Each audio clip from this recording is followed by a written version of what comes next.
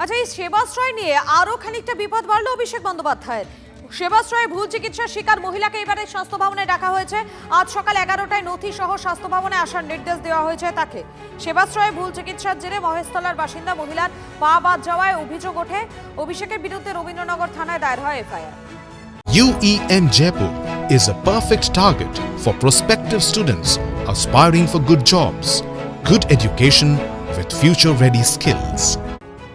নারায়ণ নন্দী, এই যে সেবাশ্রয়ে যে গাফিলতি হয়েছে, যেটা আপনার অভিযোগ, আপনার ছেলে কি অভিষেক ব্যানার্জির সঙ্গে পরে দেখা করতে গেছিল?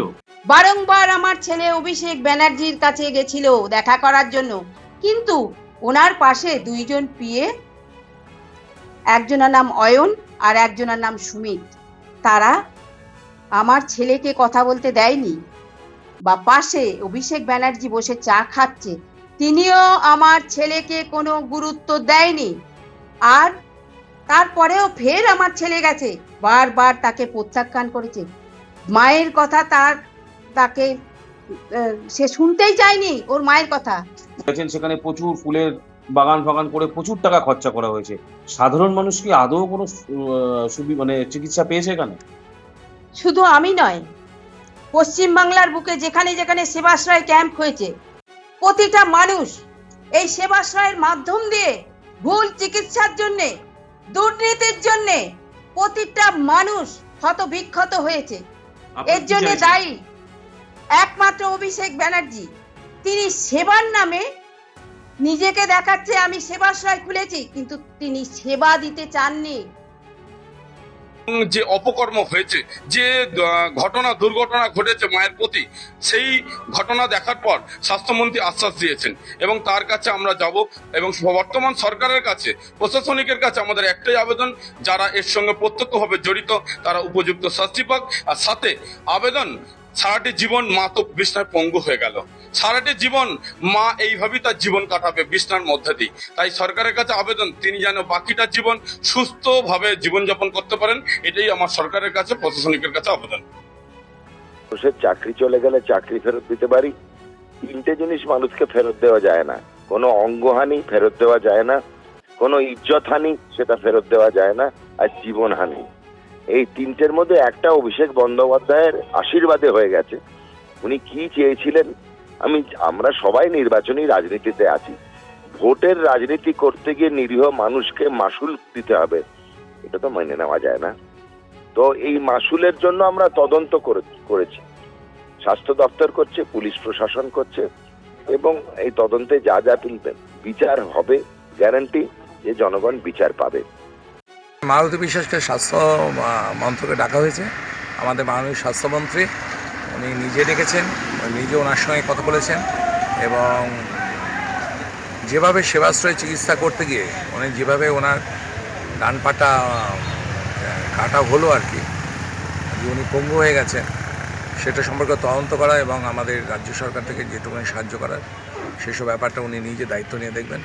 ইতিমধ্যে এফআইআর স্টার্ট হয়ে গেছে রবীন্দ্রনগর থানায় অভিযুক্ত ব্যক্তিদের বিরুদ্ধে, এবং আমাদের মাননীয় রাজ্য সরকার এবং মাননীয় স্বাস্থ্যমন্ত্রী বলে দিয়েছেন যে সেবাশ্রয় নিয়ে যে সমস্ত দুর্নীতি করেছে অভিষেক ব্যানার্জি এবং তার সহযোগীরা, সাগরেতরা, তো সে বিষয়ে যতদূর যাওয়া হবে, অভিষেক ব্যানার্জি অবশ্যই জেলে যাওয়ার পথ নিশ্চিত করার জন্য সেবাশ্রয় যথেষ্ট।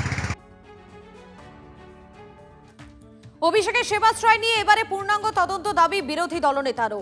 নাম না করে অভিষেক বন্দ্যোপাধ্যায়কে নটবরনাল বাটপার বলে কটাক্ষ। বেআইনিভাবে আগের সরকারের টাকা ঢুকেছিল কিনা তদন্ত দরকার। মেয়াদ উত্তীর্ণ ওষুধ সেবাশ্রয়ে গেছে কিনা তদন্ত দরকার। নাম না করে অভিষেককে নিশানা করে দাবি বিরোধী দলনেতা। একজন মহিলার পা কেটে গেল, পা বাদ গেল, ভুল চিকিৎসা। আমরা তো বিষয়টা তুলব, বিধানসভাতেও তুলব। ভয়ানক ঘটনা। প্রথম কথা হচ্ছে সেবাশ্রয়ের টাকা কোথা থেকে এলো? 1 টাকা 2 টাকার ব্যাপার নয়। বেআইনিভাবে রাজ্য সরকারের টাকা কি ডায়মন্ড হারবারে ঢুকেছিল কিনা? সেবাশ্রয়ের ক্যাম্পে হোমিওপ্যাথিক ডাক্তার পাশ না করা হচ্ছে, ডাক্তারির ছাত্র পড়ুয়া জোর করে গান পয়েন্টে তাদের দিয়ে চিকিৎসা করানো, একটা লোকের ব্যক্তিগত প্রচার। বাটপার লোক বলা ভালো, নটওয়ারলাল, তো সে হচ্ছে এগুলো করেছিল, দায় তাকে নিতে হবে। এখন কোর্ট বলছে, বেরোতেও বলছে, পচা ডিম মারবে। বেরোতে পারবে না, ডিম পড়তে পারে, হতে পারে এই পরিবারের এলাকার মানুষ ক্ষিপ্ত হয়ে গিয়ে যার পা বাদ গেছে তারাও এসে ডিম মারতে পারেন। এই যে চিটিংবাজি, আর সেবাশ্রয়ের খুব পূর্ণাঙ্গ তদন্ত হওয়া উচিত। কালো টাকা সাদা করার প্রশ্ন আছে কিনা এগুলো ভেবে দেখা দরকার। কারুর বাড়ির পাশের গুদাম থেকে 100 কোটি টাকার কাছাকাছি নাকি বিদেশি ওষুধ পাওয়া গেছে। সেই ওষুধের এক্সপায়ারি ডেট পার হয়েছে কি হয়নি, সেই ওষুধ সেবাশ্রয়ে গেছে কি যায়নি, তদন্ত করতে হবে। আমি বলছি যে কতগুলো পয়েন্ট আছে, বিন্দু আছে, বিন্দুগুলোকে জয়েন করতে হবে। বাংলার গোটা মানুষের পথে প্রান্তরে জানা দরকার যে সততা, ত আর তয়াকার।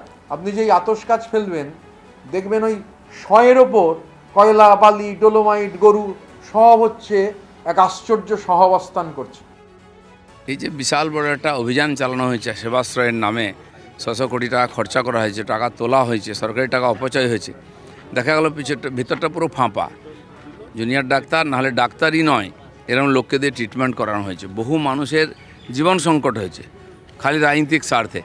যে মহিলার পা কাটা গেছে, আরও কিছু লোক আছেন যারা ক্ষতিগ্রস্ত, তারা কমপ্লেন করছেন। খুবই অপরাধজনক কাজ এটা। যারা এর সঙ্গে যুক্ত সবাইকে সাজা দেওয়া হবে।